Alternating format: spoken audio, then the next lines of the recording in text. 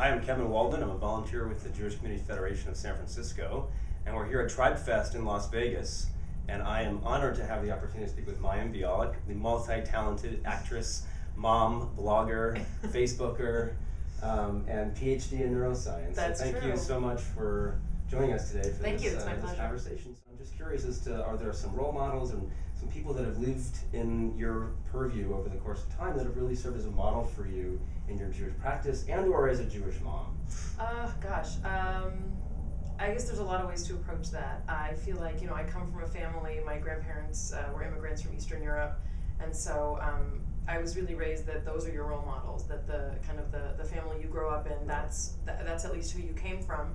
And so I guess, take what you like and leave the rest and try and emulate the good parts of what you grew up with and what your kind of family situation was like.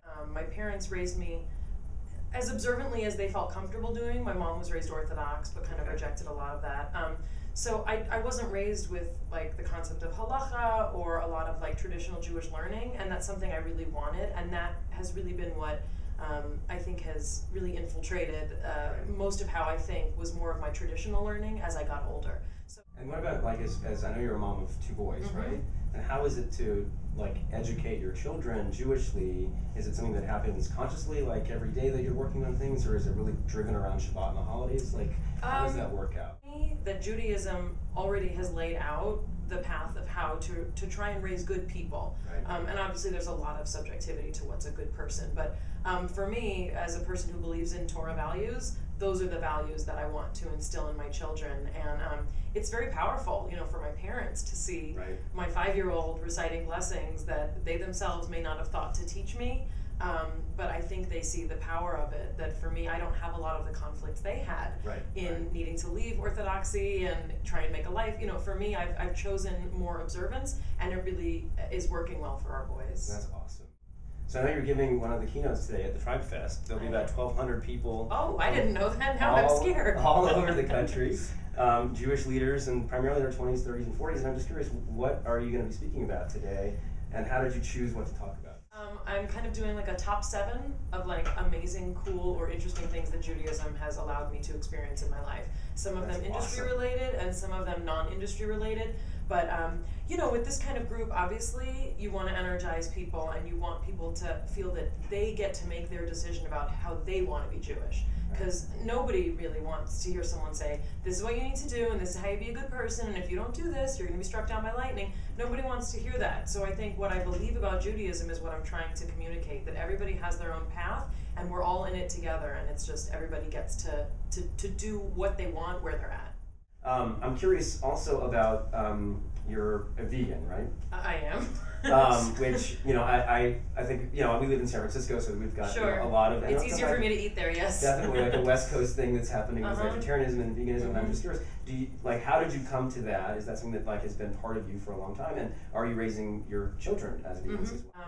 It's slowly just sort of kind of kept evolving from originally kind of a taste aversion and a conceptual aversion to more of an ethical and a humanitarian and really tremendously an environmental decision. We raise our sons vegan.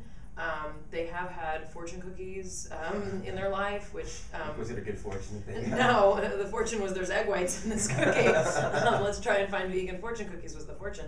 And I think also there's a huge component also of Judaism in my decisions, whatever they may be about eating. And again, that's not to say that the only way to, eat consciously or Jewishly is to be vegan. But for me, the way that I want to implement my version of Tikkun Olam is largely, for this, it's environmental and it's ethical. So you talked about San Francisco being a place that you have an easy time eating. What's like your other connections to the Bay Area? My husband grew up in the Bay Area, and my mom's younger sister moved there when I was little. So I grew up visiting my 3 cousins there.